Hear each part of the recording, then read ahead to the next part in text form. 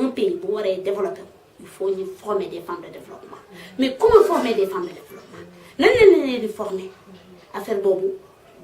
nekk na problème ba nga xam ne ñu ngi koy jànkonteel lu baax parce que ñun informé ñun les femmes intégré wuñu comme il le faut intégration boobu dafa war a mën a am te kan ñen ñoo ñu ci mën a jàppale les autorités de l'État te ñoom ñu ngi ñuy seetaan suñu seetaanulee tamit bu ñu dugalee seen loxo ci famille ñi ngi jàppale les femmes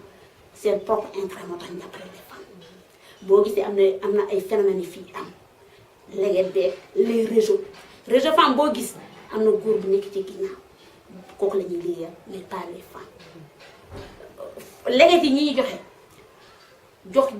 200 000 100 000 francs les femmes ñu ne dañ ciy liggéey ne jàppale nañu femmes yi ndax femmes yi la tamit parce que ku ñu jox 200 000 100 000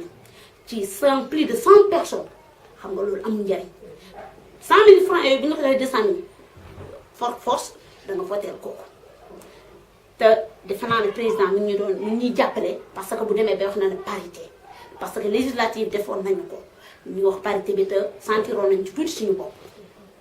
localité bi ñëw na nee na parité ci loolu dañ ciy profité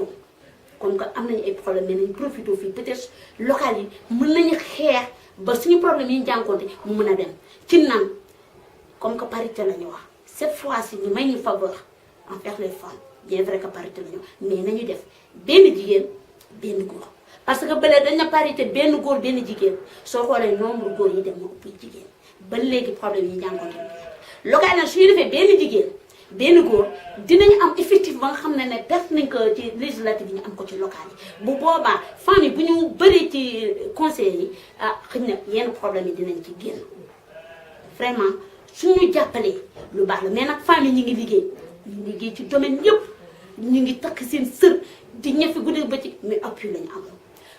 financement yi ñëw nu mu waxee ñu ne en toute sincérité bien vrai que ne fii am na ay femmes de politique yi fi nekk mais financement yi jóge ci gouvernement bi lu bari du egsi ci ñun boo xoolee dans les régions communautaires groupement yi fa nekkoon jusqu'à présent ñoo fi nekk kon jusqu'à présent femmes yooyu la ñuy formé waat femmes yooyu la ñuy financé waat te ba léegi mënul